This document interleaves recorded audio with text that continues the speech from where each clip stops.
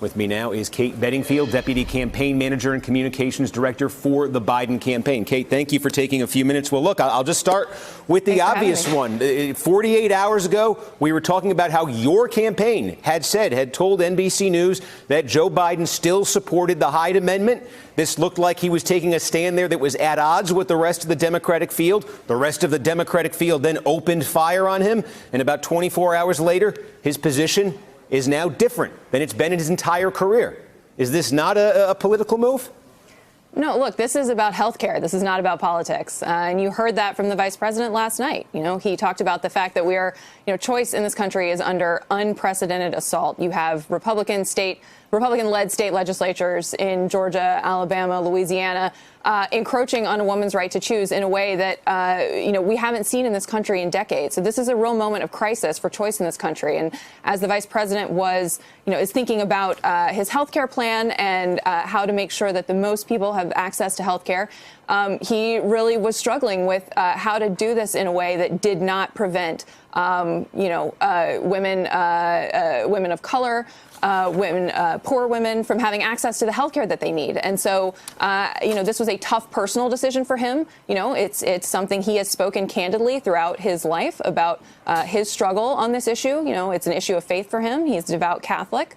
And so, this was a tough decision for him. But he decided that in this moment of crisis that he could no longer support any avenue that would prevent a woman from having access to health care. Well, I've got to ask you this, though. He has said for a long time, it predates this campaign, it predates his vice presidency. He said for years, as long as I've been following him, that he believes health care is a right. And since 1973, since the Roe v. Wade ruling in 1973, abortion has been the law of the land. So this issue has been there since the enactment of the Hyde Amendment, in the 1970s, where abortion is the law of the land. Biden's been saying health care is a right, and he's been saying for 40 years, yes, health care is a right, yes, abortion is the law of the land, and yes, people have a right not to have their taxpayer dollars go to it. Why is that? What has changed in the last couple of days to reverse that 40-year position? What has changed isn't in the last couple of days. It's what we've seen in the last couple of years since President Trump has come into office. So you have a president who said on the campaign trail that women should be punished for having abortions. And you're seeing Republican-led state legislatures across the country and governors across the country take unprecedented steps to try to curb access to health care for women. And so we are in a true crisis on choice. That's something that he, struggled with, thought about, and felt like he could no longer support any mechanism that would prevent particularly, disproportionately impacts women of color, women in poverty. And so he felt like given the crisis that we are seeing, he felt like he could no longer support that. I got to play this, though. Again, this was Wednesday night. We're talking less than 48 hours ago. Your campaign vice chair was on national television, a competitor of ours, but was on national television and was asked about this question and praised Biden's consistency on the Hyde Amendment and said it was an expression of deeply held religious beliefs. And I think the vice president has been very consistent over his career in the Senate since '76 when the Hyde Amendment became law, that he is a deeply religious man. I think everyone knows that, and he's guided by his faith. And his position on the Hyde Amendment has been consistent.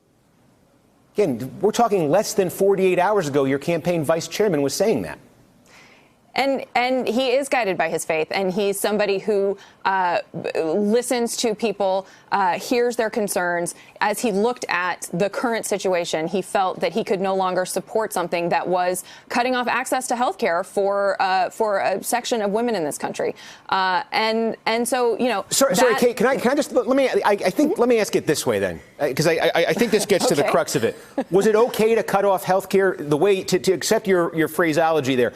Was it okay to cut off health care to women 2 years ago, 5 years ago, 10 years ago, 20 years ago, 35 years ago? We are under an unprecedented assault on Roe, and he believes that we need to use every tool available to us. And this is a different climate. It is. It's a different climate and different threats. And we're looking at a Supreme Court that is more hostile to Roe. And again, we're looking at, state legislatures and governors across the country who are making really aggressive moves to try to limit a woman's access to abortion. And so that, for him was something that where he felt he could no longer support closing off that avenue. And I think, if you look at the totality of his career, I mean, Democrats have been successful once in the last 50 years in keeping a Republican Supreme Court nominee off the court, and that was Robert Bork. And the person who led that fight from the Senate Judiciary Committee was Joe Biden. He's somebody who has fought for a woman's right to choose throughout his career. And as he looked at the unprecedented crisis that we're in right now, he felt that he could no longer support closing off any avenue.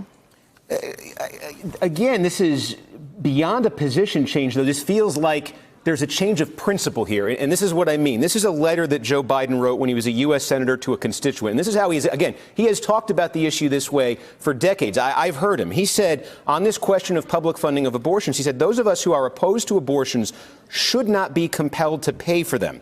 The government should not tell those with strong convictions against abortion, such as you and I, that we must pay for them. So I'm trying to understand the connection. You're saying that the right to choose is under attack. And Joe Biden, you're right. It's been decades now. Joe Biden's been out there saying, I support the right to choose. I support Roe. That is a principle of mine. He has been saying that out. But he has been also saying simultaneously for decades that he wants to balance that principle with a second principle. And that is the principle that he says he believes, and he says millions of other Americans believe, that life begins at conception. And Americans, and he says it in this letter, with that deeply held view, should not be compelled to have their taxpayer dollars go to abortion. So why does that principle have to be sacrificed right now? That was a different time. I mean, you asked the question 100 ways, but I give you the same answer because it's what Vice President said last night, which is, we are in a moment now where we're seeing encroachment on choice in a way that we haven't previously. And so, he really feels that we need to use every tool we have. And that includes making certain that that federal funding is available so that, women who are who might otherwise not have access to this health care have it.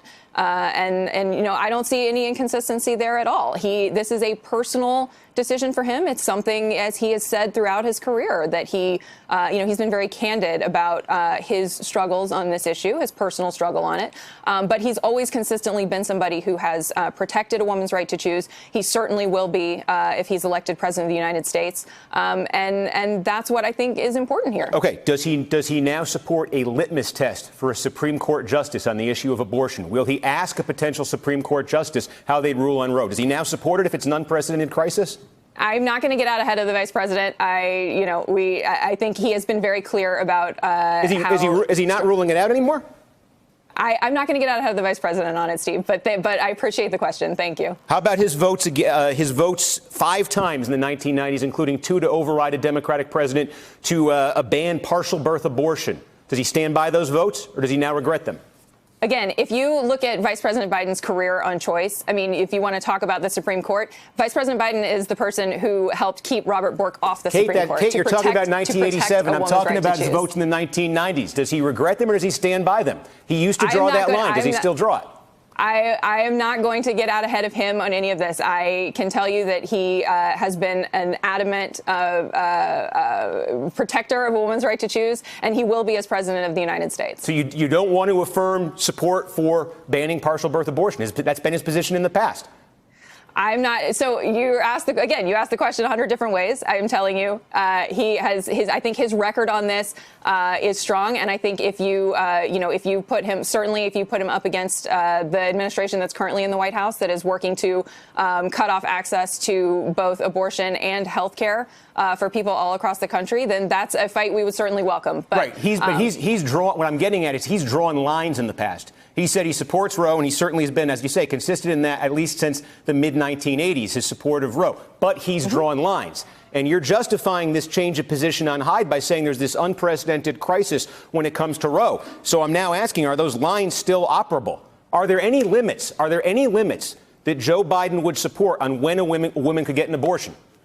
Again, I think his record on this is clear. I mean, Steve, you can ask the question 100 times. I'm telling you what the vice president said last night. And I think, again, his record on this issue is clear. I think he has been a staunch defender of a woman's right to choose, even at times when it has sometimes come at personal cost to him. And there have been times where bishops in the Catholic Church have said he shouldn't be able to take communion because he has affirmed his support for a woman's right to choose. So it's an issue that he has been very public about, being very personal for him. But he has always been there on the side of women, and he will be when he's president of the United States. The question I asked was, is there any limit he would support?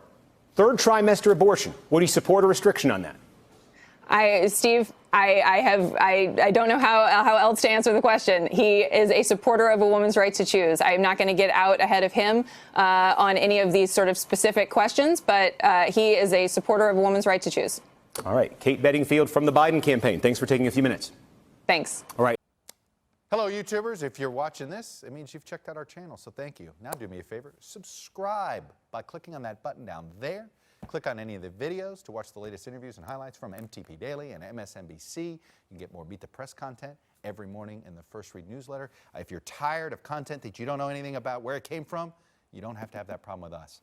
NBC News, MSNBC, MTP, and the Meet the Press mindset right here for you on YouTube. Subscribe now.